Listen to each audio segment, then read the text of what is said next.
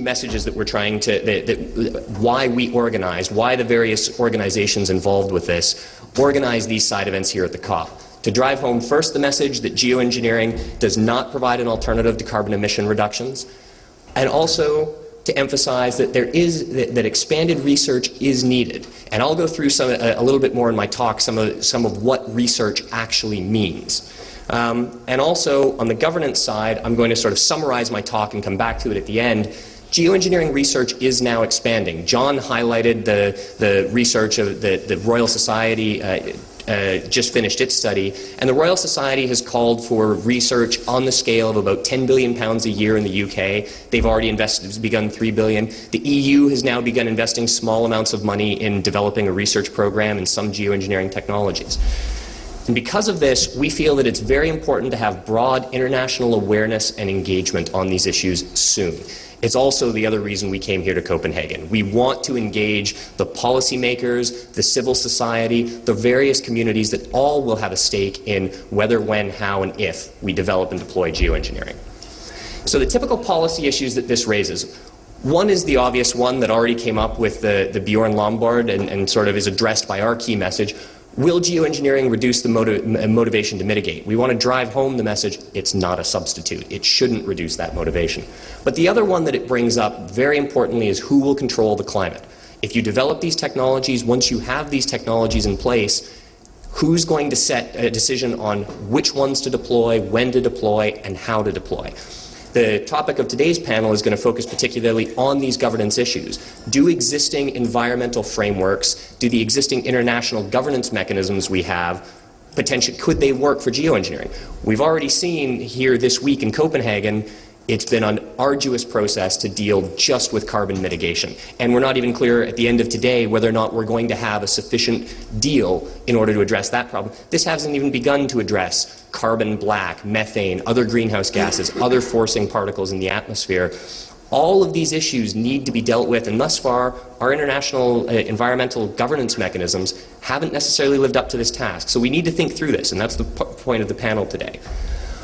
But even though these are two critically important questions, the point that I would make to you is these are slow-moving ones. They will take time to evolve. It's not like, oh, people hear about geoengineering, they're not going to mitigate immediately. It's going to take time for that issue and who controls it to evolve. But the thing that I would drive home is when geoengineering research is expanding now, this is setting us on a path-dependent future. Who does the research, how this research is governed?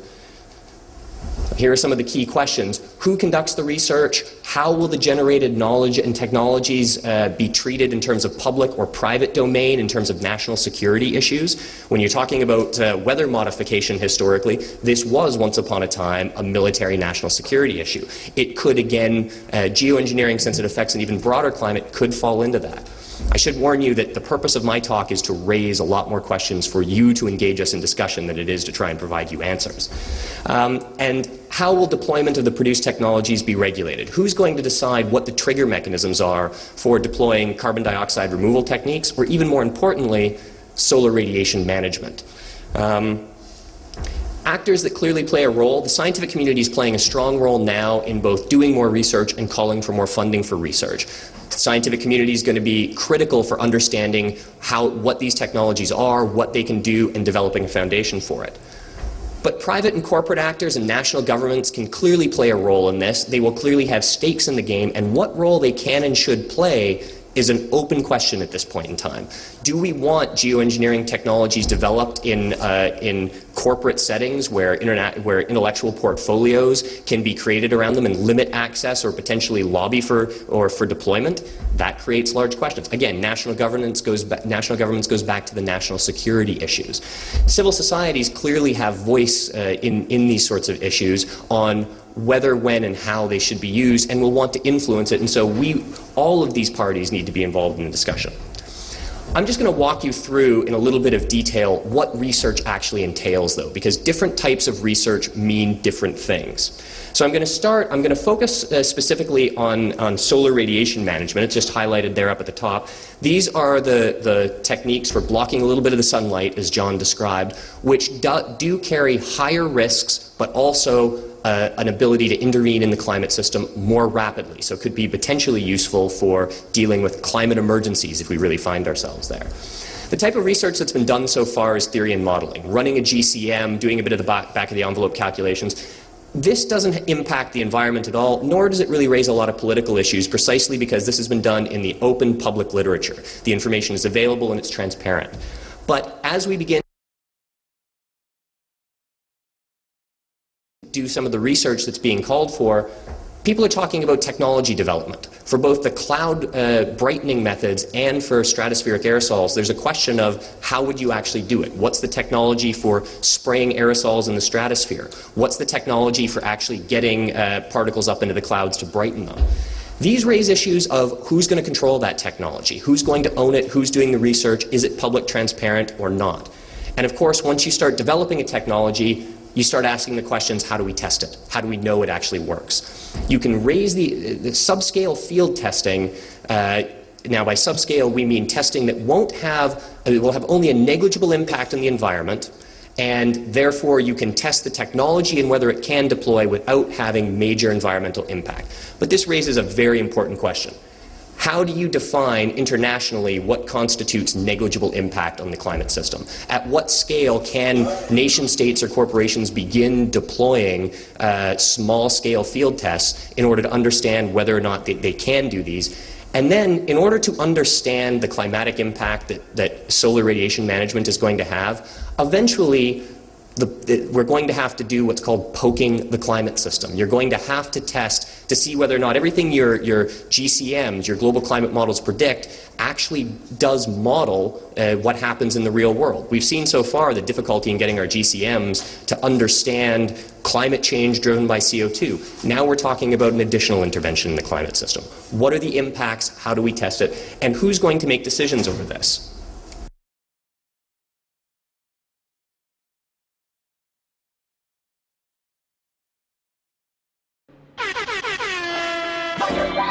Da da do, da da da da do. So why don't you? Da da do, da da da da do. So why don't you? How many times have you heard somebody say that they're sorry, but we've all heard fake apology. Fake apology. So tell them no, she don't mean no harm, but she's gonna break your heart. So tell them no, she don't mean no harm when she tells you lies.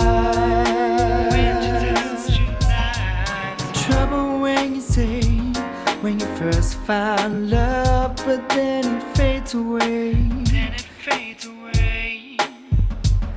And suddenly you wish there'll be better days. Just tell them there'll be better days. So tell them no, she don't mean no harm, but she's gonna break your heart. I said she's gonna break your heart. So tell them no, tell them no, she don't mean no harm,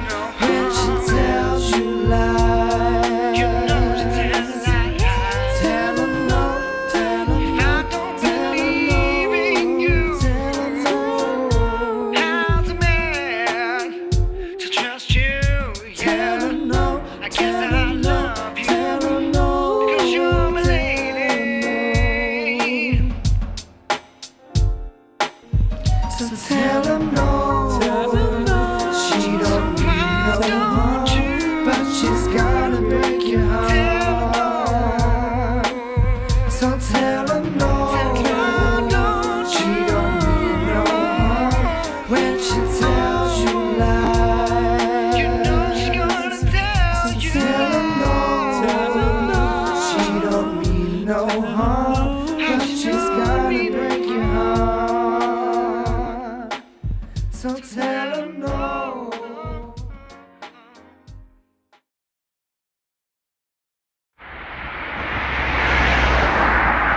Just when you thought it was safe to be ignorant. Straight lines.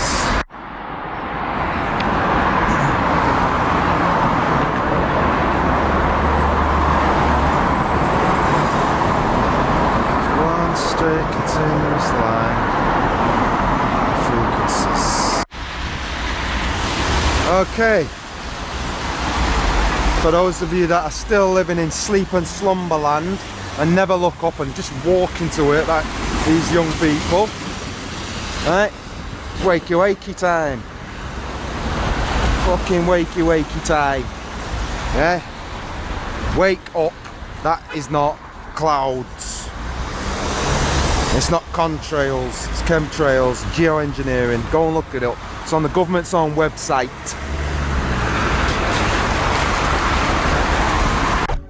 What am I supposed to believe about you? You believe whatever you want. That's what everyone else does.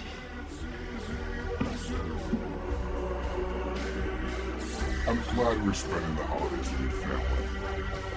Your folks are great.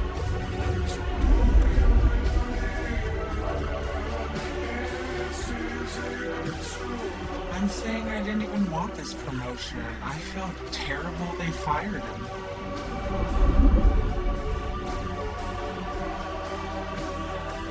I love you.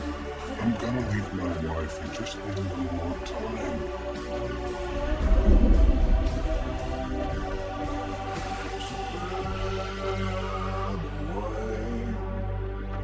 Push it to the sky.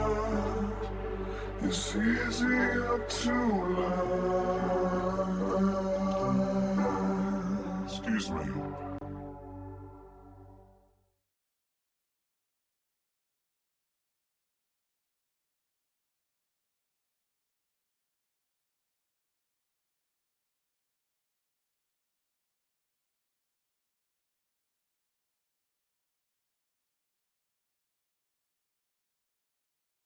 I will just very quickly summarize the fact that it's different. It's a little bit different between carbon dioxide removal and solar radiation management when you're talking about research. And John already highlighted the fact that carbon dioxide removal is definitely preferable because it removes the cause of climate change from the atmosphere.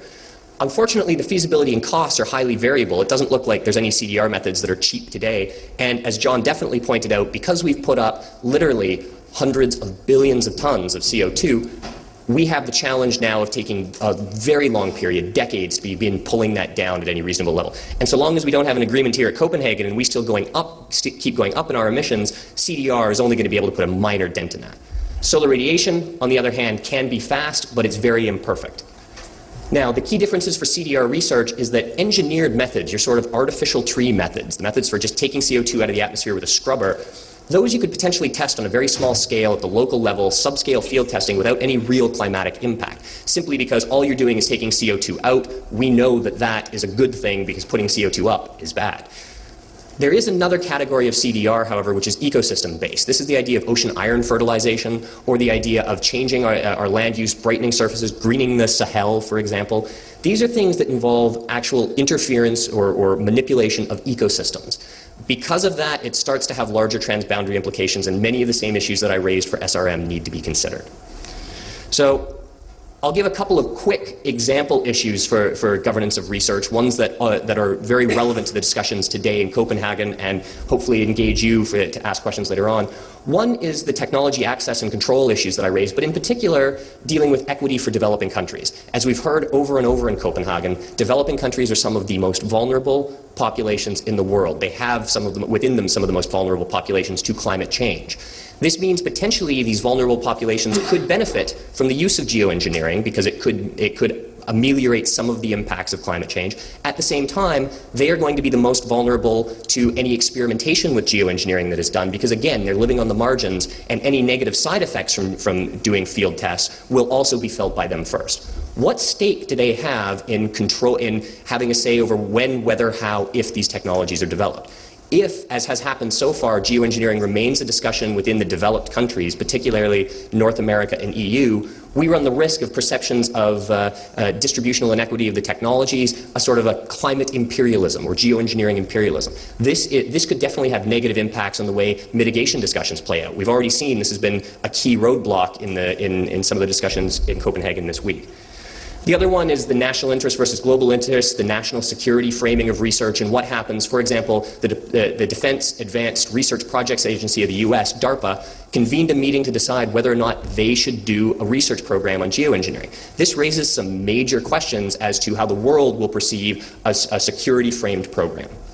In the interest of time, I'm just going to skip through the next couple of slides, but the last thing I'll say here is perception of how actors are behaving is going to drive the questions of legitimacy, and it's going to drive the negotiations. The reality on the ground is one thing, but how these issues are framed going into doing research could have a major impact on how the entire issue of geoengineering and geoengineering governance plays out in the next decade to 2 decades. So I'm going to skip through the governance traps in the interest of time and just say that the purpose of this meeting today is to raise governance issues, not to answer them. I already said that. And we do need broad engagement. One of the reasons we organized these side event series here at the COP was to engage more voices, more perspectives, different ideas in this discussion early, as opposed to waiting until a lot more research is done, which sets us on a path-dependent course. So for today, the key discussion, the starting points for today's panel is how should research into geoengineering concepts be governed internationally, and how might and should governance of prominent concepts fit within existing frameworks? I already raised those a little bit. Just before we jump to the panel, I'm just going to drive home again the key messages that geoengineering methods do not provide an alternative to mitigation. That's one of the things we really hope they're getting in the Bella Center at the moment. And also that because geoengineering research is expanding now, whether you agree with the idea of doing research in geoengineering or not, whether you think geoengineering ideas are a good thing or a horrific thing, the research is expanding. And so we want voices from all ends of that spectrum to be involved and engaged in the political dialogue early, not waiting until some things have happened and leave us with a de facto situation that we're scrambling to fix. So with that, I'll leave with the key questions and we can move on to the panel. Thank you very much. Jason, thank you. I think the most useful thing would be if I ask each of the panelists just to answer Jason's question in a couple of minutes when we start on the governance issue specifically. Then I've got a couple of questions which have already occurred to me, and then we will certainly come to you.